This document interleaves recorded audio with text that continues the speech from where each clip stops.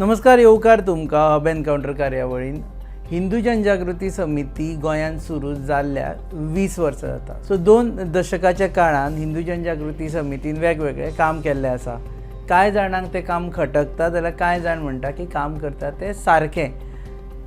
तांणी काडिल्ल्या वेगवेगळ्या विशयाचेर तांकां विचारपा खातीर आनी आतां सद्या जी कॉन्ट्रोवर्सी चल्ल्या, वीरदास कॉन्ट्रोवर्सी आसूं, हलाल फूड कॉन्ट्रोवर्सी आसूं, ह्या विशयाचेर विचारपा खातीर आनी हिंदू जनजागृती समिती गोंयांत आयले उपरांत खरोच तांणी फरक केलो काय ना हें जाणा जावन घेवपा खातीर आमचे बरोबर आयिल्ले आसा. आनी आमी खास करून आपयल्या रमेश शिंदे, राष्ट्रीय स्पोक्समॅन ऑफ हिंदू जनजागृती समिती. नमस्कार सर, कोंकणीन प्रश्न विचारता कारण मराठी म्हाजी फ्लुएन्सी ना.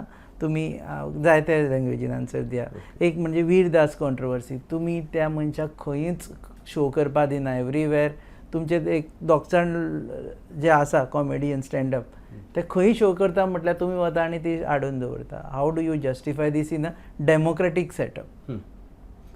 कसं आहे की डेमोक्रेटिक सेटअपमध्येच आपल्याला ह्या देशामध्ये कायदा आहे, ह्या देशामध्ये संविधान आहे, ह्या देशामध्ये जबाबदारी आहे. कारण प्रत्येकाला अभिव्यक्ती स्वातंत्र्य सगळ्यांनाच आहे, परंतु हे अभिव्यक्ती स्वातंत्र्य तुम्ही व्यक्त करत असताना त्याला तुम्हाला नैतिकता, राष्ट्रीयता आणि तुमच्या भावना यांना मर्यादा देखील आहेत. कारण तसं नसतं तर 295A आणि 153A हे 2 IPC मध्ये ॲक्टच आले नसते. ते जस्ट तुमच्या रिलिजियस फिलिंग हर्ट करणं, राष्ट्रीय फिलिंग हर्ट्स करणं, 2 कम्युनिटीमध्ये एनिमिनिटी तयार करणं, ह्याच्यासाठी हा कायदा आहे. त्यामुळे मुळात हा एक भाग बघायला पाहिजे, अभिव्यक्ती स्वातंत्र्य आणि कायदा ह्या 2 गोष्टी संपूर्णपणे वेगळ्या आहेत. वीरदास हा काही एकटा कॉमेडियन नाही. या देशामध्ये स्टँडअप कॉमेडियन्स शेकडो आहेत. अनेक टेलिव्हिजनवरती प्रोग्राम्स रेग्युलरली चाललेले असतात, वेगवेगळ्या ठिकाणी होत असतात. काय आम्ही प्रत्येक ठिकाणी विरोध करायला जात नाही. वीरदास यांच्या विरोधाचं प्रमुख कारण की त्यांनी अमेरिकेमध्ये जाऊन भारताच्या संदर्भात वक्तव्य केलं होतं की भारत असा देश आहे की जिथे दिवसा स्त्रीची पूजा होते आणि रात्री तिच्यावरती गँगरेप होतो. आता मुळात अमेरिकेमध्ये रेप्सची संख्या किती आहे, ज्या देशामध्ये आपण जाऊन बोलतो आहोत तिथे त्याची संख्या किती आहे, आपल्या देशामध्ये किती आहे, ह्या बाबतीत न बघता देशाची बदनामी विदेशामध्ये जाऊन करणं हा योग्य कसा भाग असेल? पण आता म्हजो म्हणणें की तांकां तशें ते परत म्हणटले that he will repeat the same thing in Bangalore, हे तुमकां गॅरंटी कशी आशिल्ली?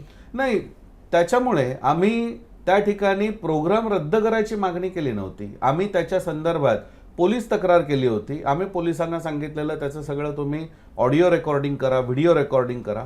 आणि हे झाल्यानंतर ज्यावेळी पोलिसांनी आम्हाला सांगितलं की हा प्रोग्राम आम्ही रद्द करू शकत नाही, आम्ही सांगितलं ठीक आहे, ओके, काय हरकत नाही. फक्त आम्ही त्या ठिकाणी प्रोटेस्ट करणार. जे वक्तव्य त्याने अमेरिकेमध्ये केलं तो आमचा पण राईट आहे आणि आम्ही कुठेही तोडफोड करत नाही, काही करत नाही. त्यामुळे आम्ही बाहेर उभे राहून आमच्या हातामध्ये प्लाकार्ड घेऊन आम्ही त्याला विरोध करणार. आणि थोड्या वेळानंतर पोलिसांनी कळवलं की हा आम्ही शो रद्द केलेला आहे, कॉन्ट्रोवर्सी नको म्हणून. त्यामुळे शो रद्द करण्याचा निर्णय हा काय हिंदू जनजागृती समितीचा नाही, तो ऑर्गनायझर्स आणि पोलीस यांच्या दरम्यान झालेला आहे. त्यामुळे आमचं म्हणणं आहे जसं त्याला शो करण्याचा अधिकार आहे तसं आम्हाला कायद्याने बाहेर त्याच्या विरोधात प्रोटेस्ट करण्याचा अधिकार आहे. त्यामुळे आम्ही त्या ठिकाणी जी मागणी केली होती ते आम्ही फक्त शांततेने प्रोटेस्ट करू, एवढीच आमची मागणी आहे. वीरदास आसा पळय आनी ताका आतां वेरेवर he will conduct the show, थंय वचून ते समज खंय शो करता जाल्यार तुमी विरोध करतले all over India? All over India तर नाही, परंतु ज्या ज्या ठिकाणी आमची शक्ती आहे, ज्या ज्या ठिकाणी आम्ही प्रयत्न करू शकतो त्या प्रत्येक ठिकाणी आम्ही विरोध करू. कारण जोपर्यंत तो त्याच्याविषयी माफी मागत नाही. कसं आहे की एखाद्याला आपण चुकीचं वक्तव्य केलं, रिग्रेट केलं तर तो भाग वेगळा. आता काँग्रेसचे अध्यक्ष कर्नाटकचे की ज्यांनी सांगितलं की हिंदू हा शब्द अश्लील आहे आणि त्याच्या विरोधात आम्ही आंदोलन करणं चालू केलं. 2 दिवसानंतर काँग्रेसच्या सगळ्या राहुल गांधींनी सुद्धा त्यांचं स्टेटमेंट नाकारलं. आणि हे नाकारल्यानंतर आम्ही त्यांना सांगितलं जर हिंदू शब्दच तुम्हाला वाईट वाटतो तर हिंदूंकडे मत मागायला यायचं नाही. याच्या पुढे आम्ही जर घाणेरड्या समाजाचे आहोत तर आमची मतं तुम्ही घेऊ नका, कारण आम्ही घाणेरडेच आहोत. त्यामुळे तुम्हाला गरज नाही, तुम्हाला बाकीचे जे चांगले वाटतात त्यांची मतं घ्यायला जा. ह्या दृष्टीने जेव्हा आम्ही प्रोटेस्ट करायला चालू केला आणि काँग्रेसच्या कुठल्याही मल्लिकार्जुन खरगे यांनी सुद्धा सपोर्ट केलं नाही, शेवटी काल त्यांनी माफी मागितली.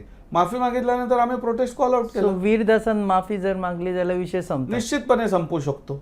परंतु तो माफी न मागता वक्तव्य करणार आणि त्याच्यावरती कायम राहणार असं जर असेल तर ते जस्टिफाय होतं ना. म्हणजे मी जर बोलतोय तर ते जस्टिफाय होतं की नाही, म्हणजे भारतामध्ये सुद्धा लोक ते स्वीकारायला तयार आहेत. हे आम्ही नाही होऊन देणार. त्यामुळे आमचं म्हणणं आहे की सनदशीर मार्गाने विरोध करणं आमचा अधिकार आहे आणि तो आम्ही करत राहणार. दुसरी गजाल, तुम्ही हलाल हलाल कॉन्ट्रोवर्सी, आता म्हाका जी अंडरस्टँड जाला त्या प्रमाणे तुम्ही म्हणटा की जे फूड हलाल म्हणून बरयला ते हें करप ना, शूड नॉट बी अलाउड. ताजेर मातशें सांगा कितें तें एक्झॅक्टली. तर हलाल हा जो मूळ विषय आहे, तर हा विषय काय आहे, तर हलाल ही कॉन्सेप्ट कुराणमध्ये जी आहे ती मांसाच्या बाबतीमध्ये आहे. आणि मीठ हे कुठल्या पद्धतीने तुम्ही मीठ प्रोक्यूर करायचं ह्याला हलाल कॉन्सेप्ट लागू होते. त्याचे 4 बेसिक नियम आहेत. पहिली गोष्ट म्हणजे स्लॉटर करणारा मुस्लिम असला पाहिजे. दुसरी गोष्ट म्हणजे स्लॉटर करण्यापूर्वी त्याने त्या ॲनिमलचं डोकं हे मक्केच्या दिशेला केलं पाहिजे. तिसरी गोष्ट, स्लॉटर करण्यापूर्वी त्याने कलमा बोलला पाहिजे, बिस्मिल्ला अल्लाहू अकबर. आणि चौथं, त्याने समोरून गळ्याला स्लिट करून एकाच वेळी फूड पाईप, विंड पाईप आणि जुगुलर वेन्स ह्या कट केल्या पाहिजेत. ह्या पद्धतीने जे मीठ प्रोक्यूर केलं जातं त्याला हलाल मीठ म्हणतात. ओरिजिनल कॉन्सेप्ट ही आहे, त्या कॉन्सेप्टला आमचा काही विरोध नाही. कारण तुमच्या धर्मात लिहिलेलं आहे, तुम्ही ते घेऊ शकता, खाऊ शकता, आम्ही त्याला कुठे विरोध केलेला नाही. आमचं म्हणणं एवढंच आहे की जर ही तुमची कॉन्सेप्ट आहे आणि तुम्हाला जर ती सांगितलेली आहे तर व्हाय you R imposing that halal on Hindus. तुम्ही ख्रिश्चन्सवरती हे प्रेशराईज का करता? तुम्ही शीख जे आमच्या धर्मातले आहेत त्यांच्यावरती हे तुम्ही प्रेशराईज का करता?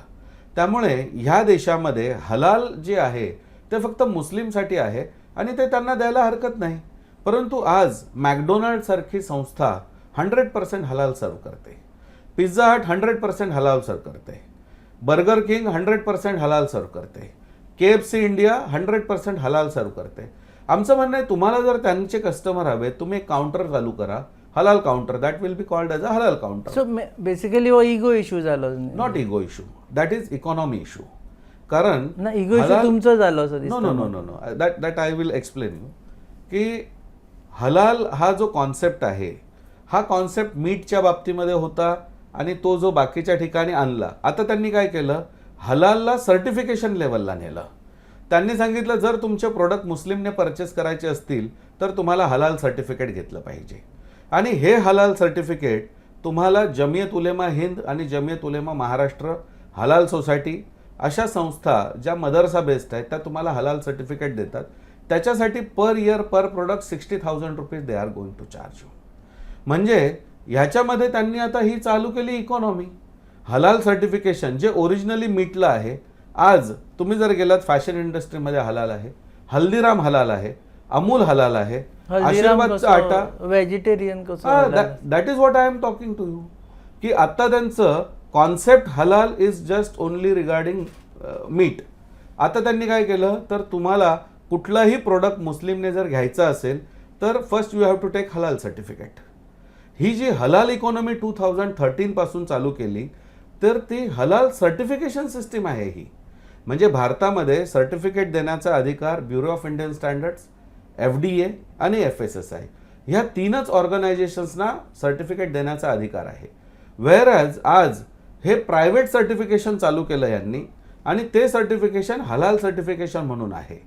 पहिल्यांदा त्यांनी जगातले 57 कंट्रीजची जी एक ऑर्गनायझेशन आहे, ऑर्गनायझेशन ऑफ इस्लामिक कॉपरेशन, त्यांनी पहिल्यांदा सांगितलं की तुम्हाला कुठलंही नॉन मुस्लिम कंट्रीमधून मुस्लिम कंट्रीमध्ये जे काय तुम्हाला एक्सपोर्ट करायचं असेल त्याला हलाल सर्टिफिकेट घ्यावं लागेल. आता हळूहळू ते भारतामध्ये लागू झालं. भारतामध्ये केरळमध्ये रेसिडेन्शियल प्रोजेक्ट हलाल सर्टिफाईड आहे, ग्लोबल हॉस्पिटल्स हलाल सर्टिफाईड आहेत, mingle.com डेटिंग वेबसाईट इज हलाल सर्टिफाईड. म्हणजे ह्या ज्या गोष्टी आहेत, dating website, I can give you the evidence. तर डेटिंग वेबसाईट सुद्धा हलाल सर्टिफाय आहे.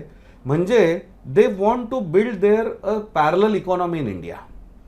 ही जी पॅरलल इकॉनॉमी आहे, आमचं म्हणणं आहे की हे कुठे तुमच्या धर्मग्रंथात लिहिलेलं आहे and why you are enforcing that halal on Hindus. पण हाजेर एक्शन घेवपाचें काम सरकाराचें. डेफिनेटली सरकार एक्शन घेयना आनी तुमी सरकारा अगेन्स्ट उलयना, तुम्ही फक्त बारीक बारीक प्रोटेस्ट करता. नाही, असं नाही आहे. याची 2-3 उदाहरणं मी देतो. आता कालच आम्ही 12 आणि 13 नोव्हेंबरला मुंबईमध्ये वर्ल्ड हलाल कॉन्फरन्स होती. आम्ही ती रद्द करायला लावली. आम्ही संपूर्ण मुंबईमध्ये प्रोटेस्ट केले आणि आम्ही सांगितलं आम्ही ही कॉन्फरन्स अलाउ करणार नाही. कारण जे हलाल सर्टिफिकेशन भारत सरकारने ऑथेंटिकच केलेलं नाही, तुम्ही कसं सांगू शकता की हलाल सर्टिफिकेट घ्या? Means you want to become a dictator. तुम्ही हे कसं हे एन्फोर्स कसं करू शकता कंपल्सर म्हणून? आणि ह्या गोष्टी त्यांनी चालू केल्या, एक गोष्ट. दुसरी गोष्ट, केंद्र सरकारच्या एक APEDA, agriculture and process foods export development authority, that comes under ministry of commerce, त्यांनी 2013 एक रूल केला की तुम्हाला एक्सपोर्टच्या लायसन्ससाठी ॲप्लिकेशन करायचं असेल, फर्स्ट यू हॅव टू प्रोक्युर हलाल सर्टिफिकेट. आम्ही विचारलं व्हाय इट इज रिक्वायर्ड? जर गव्हर्नमेंटचं स्वतःचं FSSAI सर्टिफिकेट आहे आणि FSSAI मध्ये हे क्लिअरली होतं, तुमचा प्रोडक्ट व्हेजिटेरियन असेल तर त्याच्यावरती ग्रीन डॉट असेल, त्याच्यामध्ये नॉन व्हेजिटेरियन कंटेंट असेल तर ब्राऊन डॉट असेल. मग माझं प्रोडक्ट जर FSSAIने सर्टिफाय केलं की माझं प्रोडक्ट 100% व्हेजिटेरियन आहे, तर व्हाय यू रिक्वायर्ड दिस हलाल सर्टिफिकेशन? ह्या दृष्टीने आम्ही ह्याच्या विरुद्ध PIL केली. आणि PIL केल्यानंतर आत्ता आम्ही 2 गोष्टी त्याच्यामध्ये मांडल्या की एकतर भारत सरकारने FSSAI फायनल आहे सांगायचं, नाही तर हलाल फायनल सांगायचं. FSSAI पण घ्यायचं आणि मुस्लिम ऑर्गनायझेशनला 60,000 रुपीज देऊन हलाल पण घ्यायचं. हे 2 सर्टिफिकेट आम्ही घेणार नाही, पहिली गोष्ट.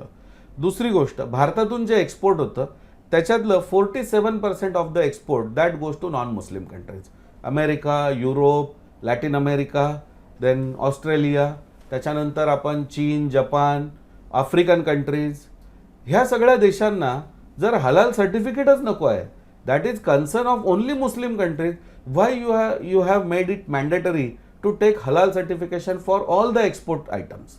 तर आम्ही हे केलं. जानेवारी 2022ला आत्ता मोदी सरकारने हे वेव ऑफ केलं, काढून टाकलं. आता सांगितलं तुम्हाला एक्सपोर्ट लायसन्ससाठी हलाल सर्टिफिकेट घेण्याची गरज नाही. म्हणजे एक गोष्ट तर आम्ही निश्चितपणे केली. पार्लमेंटमध्ये जे आपले 4 कॅन्टीन्स आहेत, ह्या कॅन्टीनमध्ये जेवण येत होतं इंडियन रेल्वेजकडून आणि इंडियन रेल्वेज हलाल सर्टिफाईड.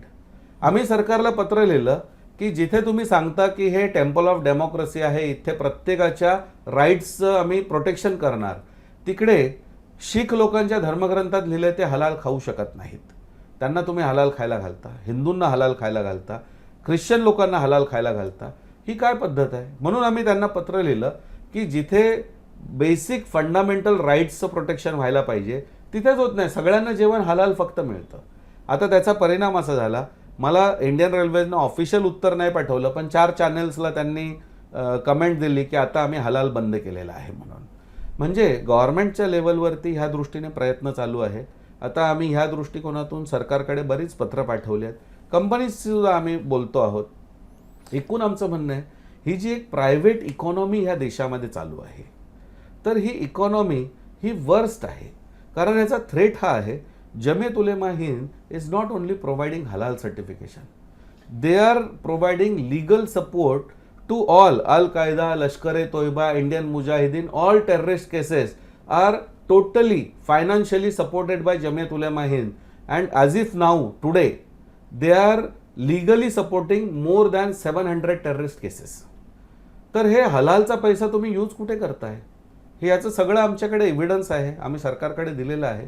त्याच्यावरती मी बुक पब्लिश केलं हल्ली की हलाल जिहाद म्हणून. तर आमचं म्हणणं हे आहे की ह्या ज्या गोष्टी चालू आहेत ह्या इतक्या सोप्या नाही आहेत. एक इकॉनॉमी डेव्हलप करण्याचा प्रयत्न आणि प्रायव्हेट इकॉनॉमी, तर ही काय ह्या देशामध्ये योग्य गोष्ट नाही, हेल्दी नाही, म्हणून आमचा विरोध आहे त्याला. ओके, हिंदू जनजागृती समिती गोंयान 20 वर्सां जाली. यू थिंक की ज्या कारणाक लागून तुम्ही ही सुरू केली ताजे सार्थक जाला काय? तुमकां दिसता की कित्याक स्टार्ट केली आनी अजून आमच्या मनासारखें जायना? नाही, निश्चित असं म्हणजे ह्या दृष्टिकोनातून मागच्या 20 वर्षांमध्ये जर बघायचं असेल तर मला असं वाटतं की गोव्यामध्ये आम्ही बऱ्याच गोष्टी चेंजेस केल्या, बऱ्याच गोष्टींमध्ये बदल जे आहेत तर ते ह्या ठिकाणी झाले. हिंदूंना शास्त्र सांगण्यापासून, म्हणजे असं नाही की आम्ही केवळ प्रोटेस्ट करतो, आंदोलन करतो, तर आज आमचे जवळपास 250 ते 350 धर्मशिक्षण वर्ग चालतात, ज्याच्यामध्ये आम्ही हिंदू धर्म काय आहे, तुम्ही कसं आचरण करायला पाहिजे, तुम्ही कसं समाजात राहायला पाहिजे, ह्या सगळ्या गोष्टी शिकवण्याचं आम्ही काम करतो.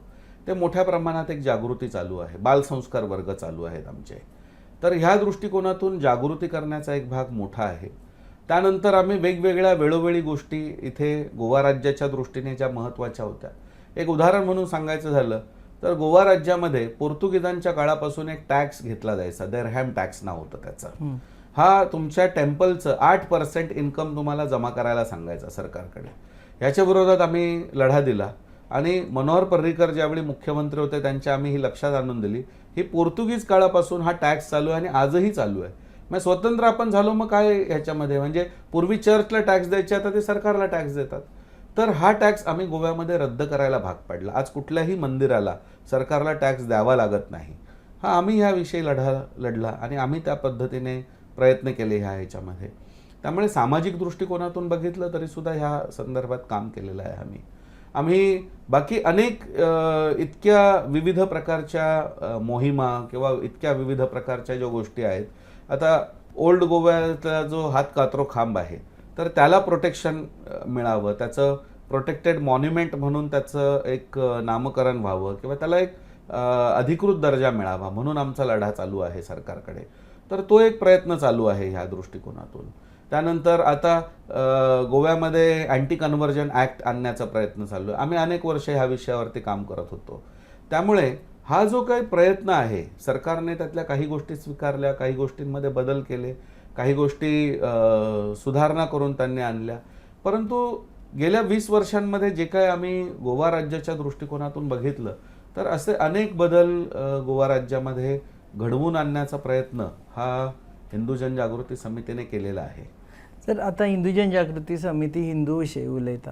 आता I have a straight question to you. A corrupt Hindu and a honest Muslim, whom you will support? कसं आहे की corruption is totally different concept. Corruption जे आहे त्याला आपण चेंज करू शकतो. म्हणजे एखादा जर करप्ट आहे तर त्याला आपण सुधारणं. आता आपल्याकडे अल्कोहोलिक्सच्या बाबतीमध्ये सुद्धा ॲनोनॉमस अल्कोहोलिक्स म्हणून एक ऑर्गनायझेशन चालते की जे व्यसन लागलेलं आहे तर व्यसनमुक्त करू शकता. करप्ट आहे तर त्याच्या मनामध्ये लोभ आहे तर त्याला आपण दूर करू शकतो याच्यातून. परंतु ऑनेस्ट मुस्लिम जरी असला तरी सुद्धा त्याच्यामध्ये राष्ट्रीय भावना आहे का, तो ह्या देशातल्या बाकी सगळ्या लोकांना स्वीकारायला तयार आहे का. कारण ऑनेस्ट मुस्लिम हा फक्त नैतिकदृष्ट्या ऑनेस्ट असू शकतो. म्हणजे आम्ही जी ह्या दृष्टीने हिंदू राष्ट्राची जी कॉन्सेप्ट मांडलेली आहे त्याच्यामध्ये आम्ही हिंदू शब्दाची व्याख्या करताना आपल्या धर्मग्रंथांचे दाखले देऊन आम्ही त्याच्यामध्ये म्हटलेलं आहे, हिंदू शब्दाची व्याख्या आहे हिनान गुणान दूषयती इति हिंदू. म्हणजे ही आणि दू हा जो शब्द आहे त्याची मूळ पोटफोड ही आहे. याच्यामध्ये जो स्वतःमधले दोष घालवण्याचा प्रयत्न करतो, जो आचरणाने चांगला बनण्याचा प्रयत्न करतो तो हिंदू. त्यामुळे ह्याच्यात असं कॉन्सेप्टच येत नाही. जो चांगला मुस्लिम असेल, जो चांगला ख्रिश्चन असेल तर त्याला हा प्रश्नच येणार नाही ह्या दृष्टीने, जो आचरणाने चांगला असेल. परंतु तो केवळ ऑनेस्ट आहे आणि तो ह्या देशाला आपली मातृभूमी मानायला तयार नाही. तो ह्या देशामध्ये राहणारे उरलेले सगळे हे काफिर आहेत आणि मला गजवाई हिंदचं स्वप्न साकार करायचं आहे. पॉप्युलर फ्रंट ऑफ इंडियाचं डॉक्युमेंट काय आहे, विजन 2047. विजन 2047 काय तर 1947ला आम्ही पाकिस्तान आणि बांगलादेश वेगळा केला, आता ह्या देशात आम्ही आमचं राज्य आणणार. अशी कॉन्सेप्ट जर असेल आणि तो ऑनेस्ट किती असेल तरी त्याला काय आपण मान्यता नाही देऊ शकत. सगळे मुस्लिम वाईट म्हणता तुम्ही? नाही, निश्चितच नाही. असं होऊ शकत नाही. कुठल्याच समाजात सगळे हिंदू सुद्धा चांगले असतात असंही माझं म्हणणं नाही.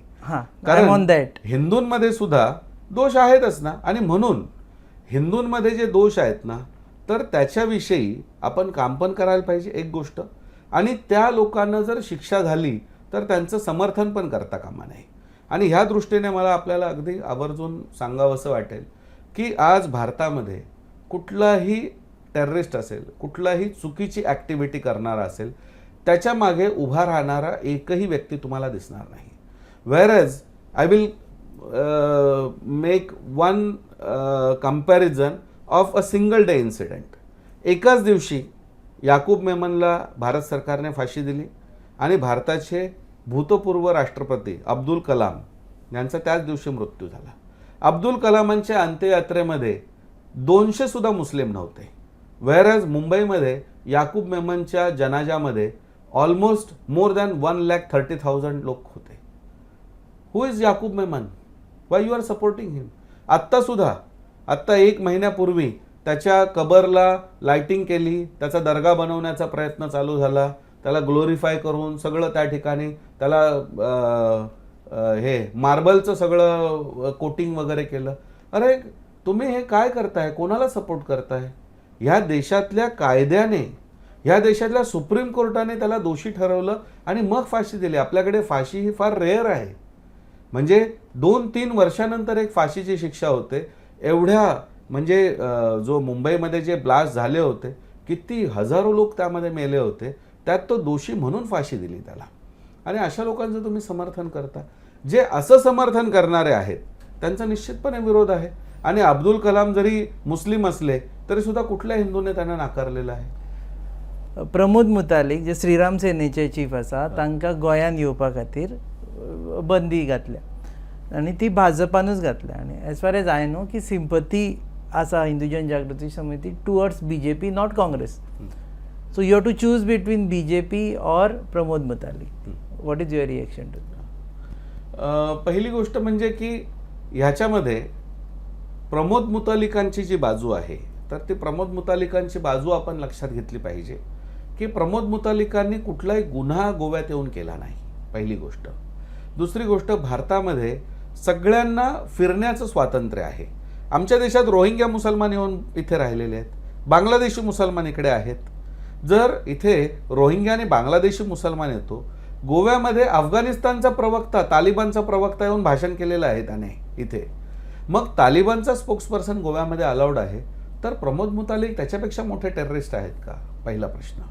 दुसरा प्रश्न, जर भारताच्या संविधानाने भारतातल्या नागरिकांना सगळीकडे फिरण्याचा अधिकार दिलेला आहे, तर फक्त गोवा राज्यातच बंदी का? दुसरा प्रश्न. तिसरा प्रश्न, भारतातल्या 7 जजेसच्या बेंचने ह्याच्याविषयी जजमेंट दिलेलं आहे की कुठल्याही भारतीय नागरिकाला तुम्ही section 144 under more than 3 months तुम्ही बॅन करू शकत नाही. आता आपण बघतोय जवळपास 4-5 वर्ष झालं त्यांना बॅन केलेलं आहे.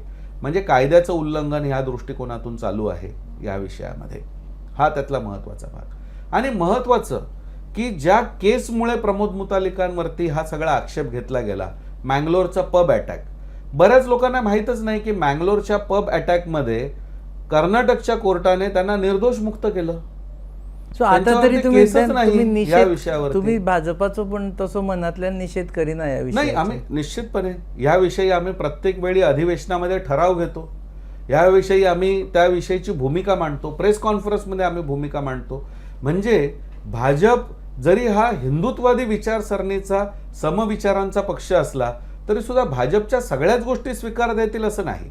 म्हणून भाजपने जरी कॅसिनोला सपोर्ट केला तरी हिंदू जनजागृती समितीने कधी भाजपचं समर्थन केलेलं नाही. आम्ही कॅसिनोच्या विरोधात उभे आहोत. त्यामुळे ह्या दृष्टिकोनातून जर बघितलं तर भाजप हा त्यातल्या त्यात जरी समविचारी जरी असला तरी सुद्धा त्याचे जर मिसडीड्स असतील आणि उद्या जर कोणी असं झालं की इकडे एखादा करप्ट पॉलिटिशियन आहे तर त्याची बाजू हिंदू जनजागृती समिती घेणार नाही. आता 2024 साली हिंदू जनजागृती समिती कोणाक सपोर्ट करतली, खंयच्या पक्षाक? नाही, हा जो भाग आहे, कारण हिंदू जनजागृती समिती ही तशी अराजकीय संघटना आहे. पण जनजागृती करता असताना तुम्ही आम्ही हिंदुत्वाचाच प्रचार करतो ना. म्हणजे आमचं म्हणणं आहे की आम्ही निवडणुकीसाठी प्रचार करत नाही. राजकीय मंडळी जी आहेत, आय टेक इट. माझा प्रश्न डायरेक्ट ह्याच्या खातीर आशिल्लो, जेन्ना आम्ही जनजागृती म्हणटा तेन्ना तुम्ही ते सांगतले की तुमचे राजकीय विचार असे असे आसपा जाय म्हणून. सो ताजे खातीर तुम्ही कितें सांगतले 2024? नाही, हा तर सगळ्यांनाच संधी आहे ना. म्हणजे आमचं म्हणणं आहे की तुम्ही हिंदुत्वाचा विचार जर उचलला तर आता सतीश जारकीहोळी सारखा जर समजा सांगणार असेल की हिंदू घाणेरडेच असतात, हिंदू विदेशातून आलेले आहेत, हिंदूंचा भारताशी काहीच संबंध नाही, हिंदू अश्लील आहेत, हे जर सगळे सांगणार असेल तर कोण त्यांना सपोर्ट करणार? कोण हिंदू त्यांना मनापासून सपोर्ट करणार? त्यामुळे त्यांनी त्यांची मानसिकता, तुम्ही फक्त निवडणूक आली म्हणून तुम्ही मंगेशीच्या देवळात जाऊन मग ते तीर्थ तिकडे आणि उदक तिकडे उडवणार आणि आम्ही फक्त पूजा केली म्हणून आणि मग उरलेली 5 वर्ष हिंदूंना शिव्या देत बसणार, तर ही गोष्ट योग्य नाही. त्यामुळे आमचं म्हणणं आहे की कॅन्डिडेट्स आदर्श असायला पाहिजेत. निवडणूक जर आहे तर निवडणुकीमध्ये पहिली गोष्ट म्हणजे कॅन्डिडेट्स आदर्श असायला पाहिजेत, चांगले असायला पाहिजेत. दुसरी गोष्ट म्हणजे की त्यांनी आमचे जे काही विचार आहेत, जे हिंदू समाजाचे जे विचार आहेत, त्या दृष्टिकोनातून काहीतरी त्यांनी आश्वासन दिलं पाहिजे. कारण आश्वासन त्या दृष्टीने मिळालं तरच, म्हणजे आजही जरी केंद्र सरकारने सांगितलं की आम्ही UCC आणणार, तरी सुद्धा अजूनही आम्ही सपोर्ट केलेला नाही UCCला. आम्ही स्पष्टपणे सांगितलेलं आहे UCCचा जोपर्यंत ड्राफ्ट आमच्या समोर येणार नाही तोपर्यंत आम्ही सपोर्ट करणार नाही. कारण UCCमध्ये हिंदूंचे अधिकार काढून घेणार की बाकीच्यांना अधिकार देणार हे काही स्पष्ट झालेलं नाही अजूनही. पण तुम्ही त्यामुळे वेलकम ह्या करपाचे आशिल्ले दृष्टिकोनातून युनिवर्सल Uniform Civil सिव्हिल कोडा खातीर तुम्ही वेलकम करपा जाय आशिल्ले. कारण बाकीचे परंतु मुस्लिम जोपर्यंत लॉज ड्राफ्टच आसात. येत नाही. कारण कसं आहे, मुस्लिमचे एक कम्युनिटीचा प्रॉब्लेम काय आहे की ते ऑलवेज ते आपल्या कम्युनिटीला संघटित ठेवण्यासाठी ते ऑलवेज एक फिअर क्रिएट करत असतात.